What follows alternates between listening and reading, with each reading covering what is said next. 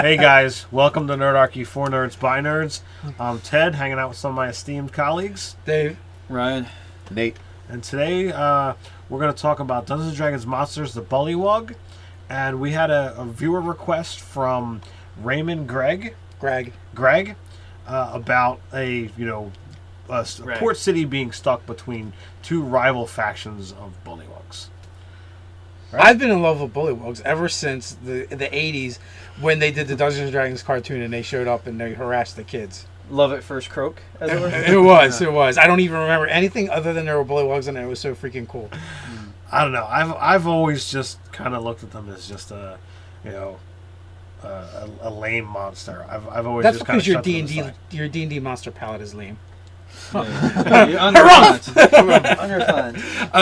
GM Juice was talking about using Bullywugs in his game, and I think he wanted to take the PCs prisoner. I'm like, dude, you got to have giant frogs eat them, and then have the giant frogs throw them up in front of the Bullywug King. That would be freaking amazing. And he did. And it was amazing. And they can speak with frogs and toads, so it's perfectly appropriate. Oh, yeah. Frog to, dude, if you're a Bullywug, you want to be mounted on a battle toad. Yeah, battle toads. Battle toads. So which was totally a video game. I have to say that they've given the Bullywugs in this edition a little bit more like culture and stuff to work with. Dude, they're badasses. They will whoop your ass faster than a goblin.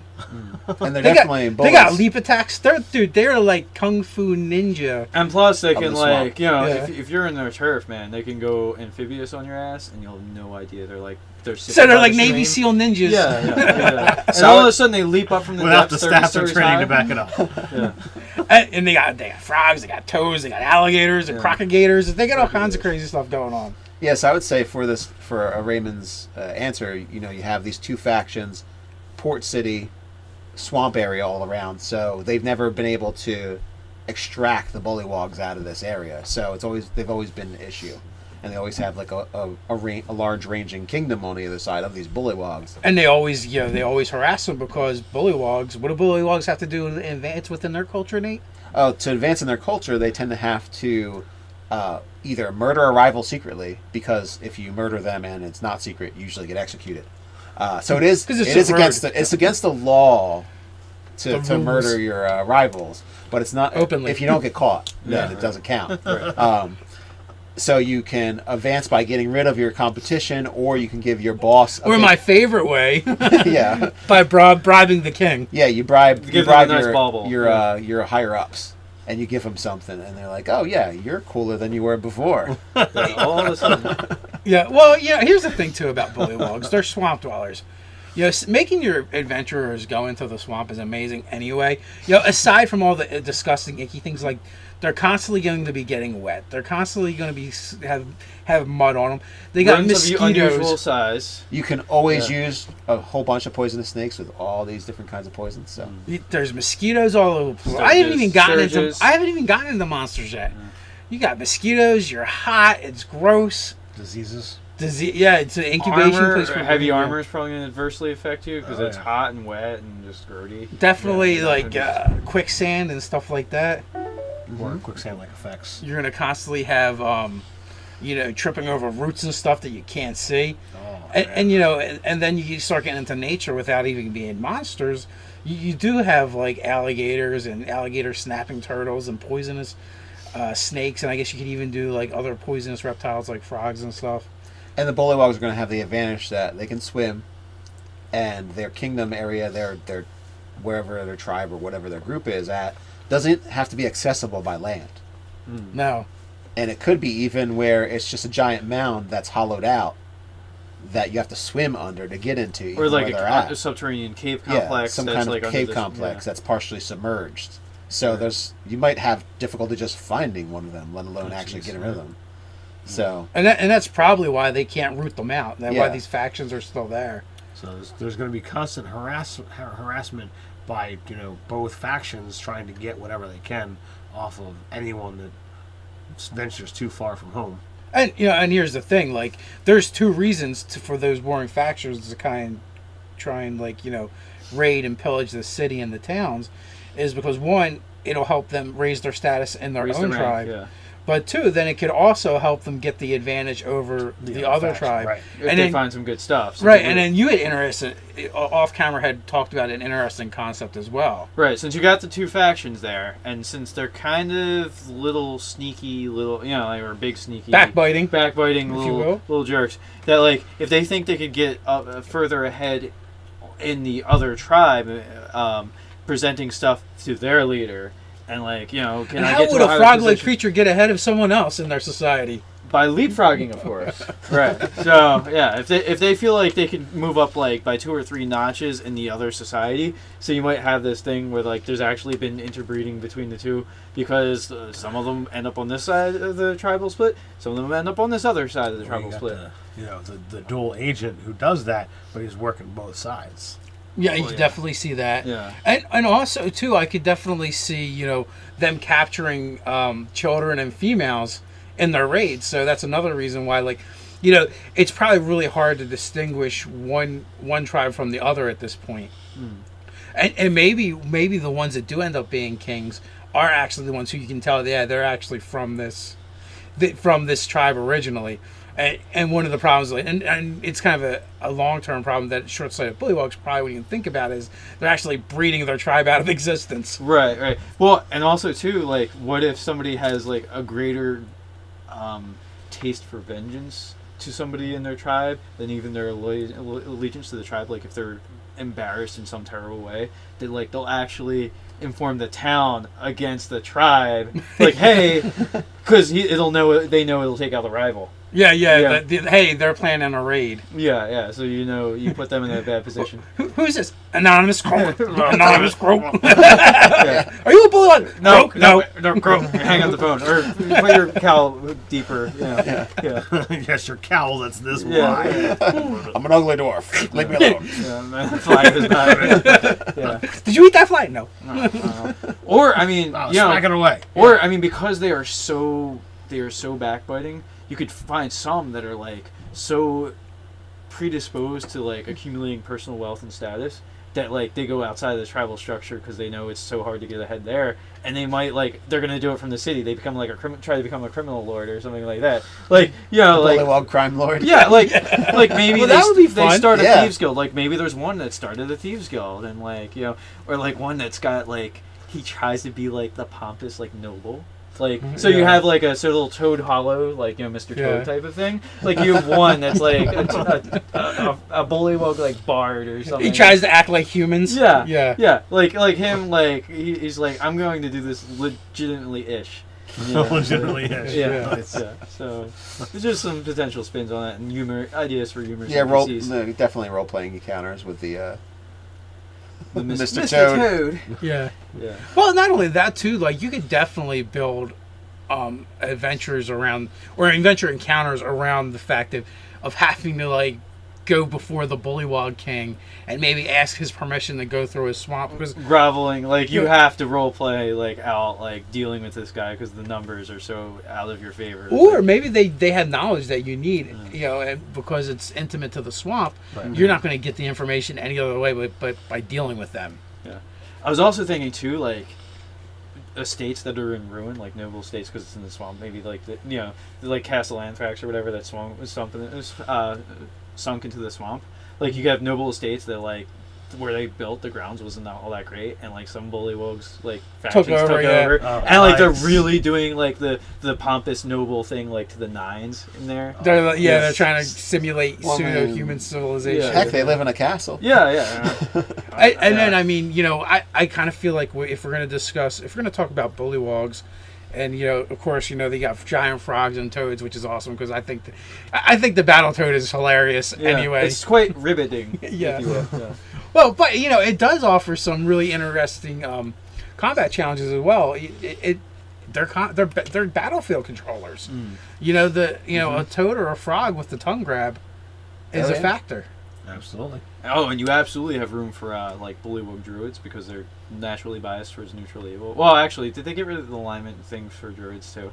About being neutral, but I mean, like they're like the conventional. They could be a swamp druid. They would make good swamp druids. Absolutely, yeah. Maybe not so much good swamp wizards, but swamp druids for Druid's sure. fantastic. Yeah. You know, and then you could also do things with lizard men as well. Yeah, to have a little bit of another faction in the mix. Yeah, if you wanted to Yeah. do that, or you know, or just if you wanted to spice up the encounter, maybe they hire lizard men mercenaries. You know, Troglodytes. Those are. they're more underground, I think. Yeah. I don't think they're. They look kind of like froggy people. That's why I just made me think Yeah, they were in a but- swamp. But they're more subterranean, and I don't really Less like wet. I don't like troglodytes that much. They don't do it for stench, me. The stench is a dead Yeah, giveaway. yeah, they smell bad. Yeah, they do smell bad. They're not sneaky. Although, I mean, they could like. I don't know if they tend to keep slaves, but you could like they could be shock troops because they know that like humans are gonna have such a hard time with this that they herd them in toward the foe. Like so they attack in the cover of night. Yeah, it's like living stink bombs that can kill you. Well, yeah, Yeah. that would be good if they could find some troglodytes in some subterranean areas, you know, near the swamp. Although I think the problem with that is they get flooded with water, Mm-hmm. so they don't really make a good mix. Yeah, true. So maybe we won't be using troglodyte stink bombs from the Bullywugs. Although we can use it for something else. That's true. We could have used it for our dark elves, except for we took them from an underdark. Oh, we did oust them, but you know what that leaves room for possibly in the subterranean lizard folk or Bullywugs. Yeah. I mean, why not? Why not have a subterranean, not necessarily swamp, but you could definitely do lakes and oceans, and you could then also do, the mushroom forest around it and stuff. It would be interesting. Yeah. Well, I mean, like not all amphibious creatures live in the water. Even. Well, I mean, like there's toads, which are different from frogs. Like so, But they're not amphibious. They could be more toad flavored than. Well, yeah, you could take their amphibious away and give them burrowing or something. I don't know. Yeah, this or that. Toadwogs. Yeah, toadywogs.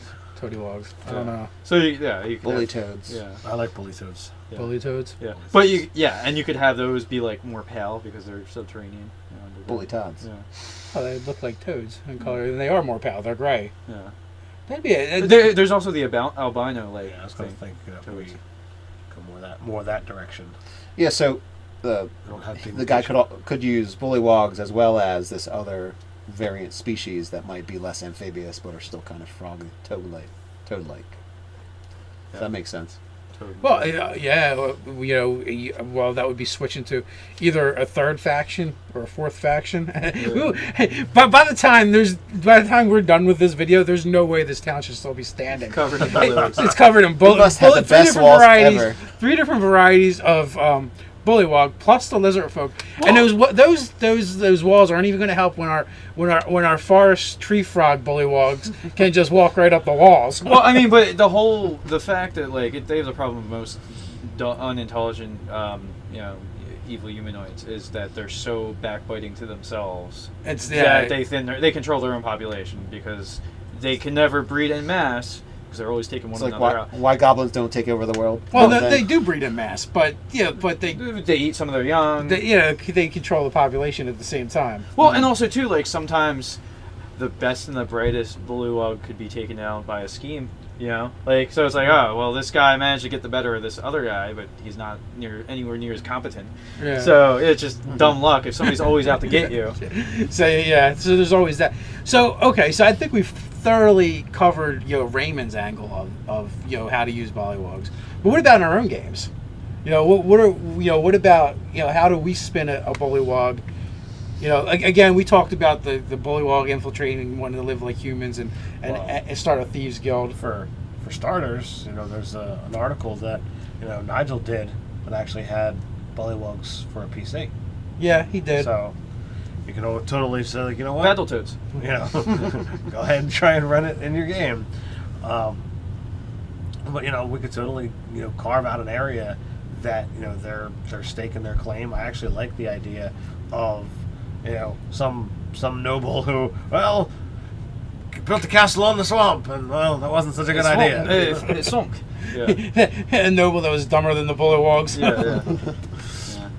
Or the land could have changed But and the got fourth one stayed waterlogged up. over like centuries, and like that's why like it could have been Yeah, stable, and then the region kind of just got waterlogged. A shift in the river. I blame dire beavers. Yeah, absolutely. It's all Yes. I like the druid is an interesting idea. Maybe not, maybe even outside the travel aspect. Maybe the lone druid Bullywug. You know, he could be a peaceful encounter for the NPCs. It could be an actually during an adventure that takes place in the swamp. It could actually be a place where they could actually safe haven. Yeah. Where a waypoint from to hang out, and then get some role playing out of it. Maybe they get healed up. Who knows? If they do something, maybe it could be a side quest. They do something to help the druid. Yeah. So there's different angles with that you could go with. Of course, you could totally be the come, have a safe haven, evil druid. Yeah.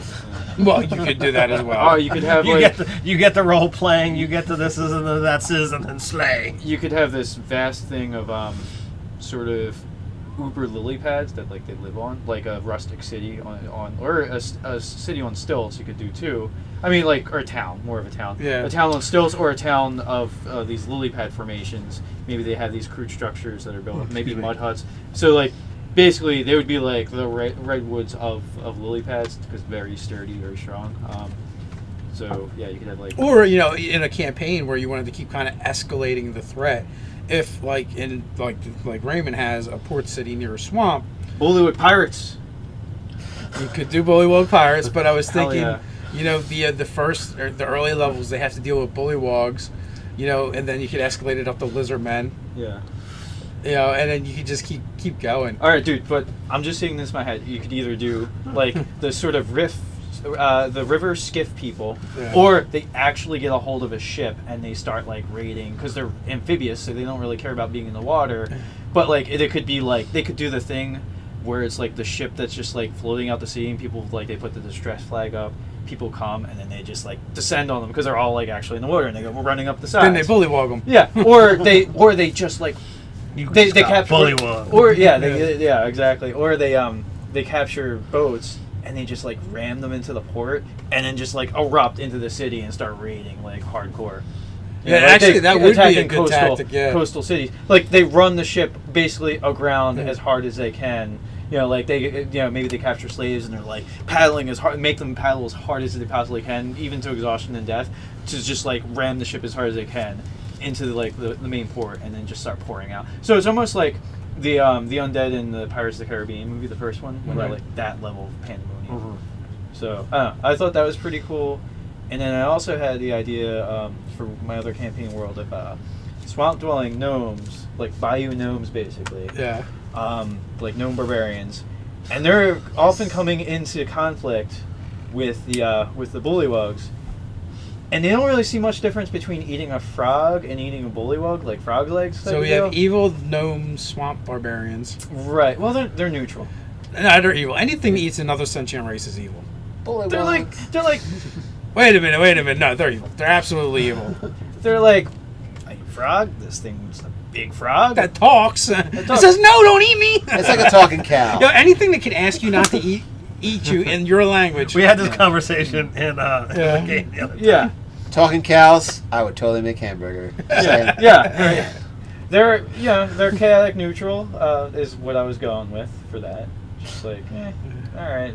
We eat this. Why not eat? That's a lot more right there. That's a lot more food. Look at those legs. If we were eating Nate, versus eating Ted, if we had to choose, we would want to. I'm pretty sure that would make us evil. Yeah. I would say definitely. Definitely evil. Definitely evil. We're on the receiving end. Yeah. Oh no. Yeah. So I guess we should wrap it up on evil swamp gnome barbarians. So if Nate's not here, he totally went on vacation, and we totally did not eat him. And we have no idea where he is. No. Absolutely. Yeah. So with that, you guys can comment, share, and even subscribe. Or even eat Nate, or hang out with us on Facebook. You can check us out on Twitter. You can join the conversation on Reddit. So until next time, Stay nerdy. You cannibals.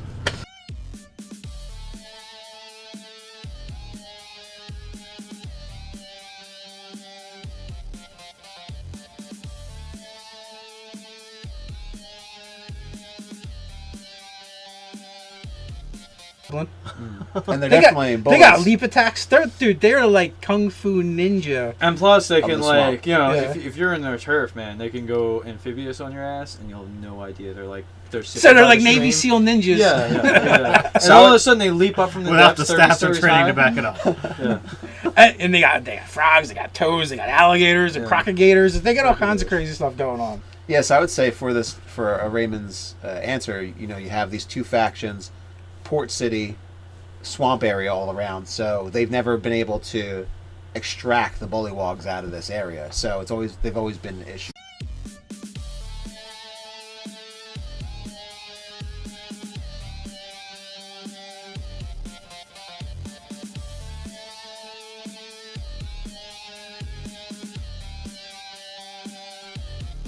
Hey guys, welcome to Nerdarchy for Nerds by Nerds.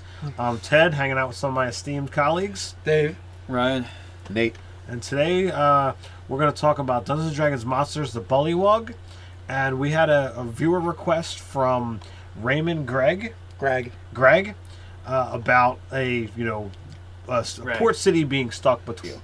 And they always have like a large ranging kingdom on either side of these Bullywugs. And they always harass them because Bullywugs. What do Bullywugs have to do to advance within their culture, Nate?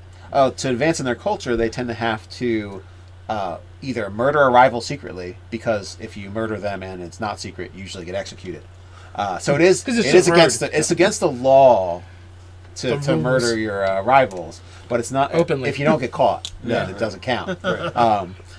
So you can advance by getting rid of your competition, or you can give your boss. Or my favorite way, yeah, by broad. Between two rival factions of Bullywugs. Right? I've been in love with Bullywugs ever since the 80s when they did the Dungeons & Dragons cartoon and they showed up and they harassed the kids. Love at first croak, as it were. It was. I don't even remember anything other than there were Bullywugs and it was so freaking cool. I don't know. I've always just kind of looked at them as just a lame monster. I've always That's just kind because of your D&D monster palette is lame. You're underplanned. GM Juice was talking about using Bullywugs in his game, and I think he wanted to take the PCs prisoner. I'm like, dude, you got to have giant frogs eat them, and then have the giant frogs throw them up in front of the Bullywug King. That would be freaking amazing. And he did. And it was amazing. And they can speak with frogs and toads, so it's perfectly appropriate. Oh, yeah. A frog to, dude, if you're a Bullywug, you want to be mounted on a battle toad. Yeah, Battletoads.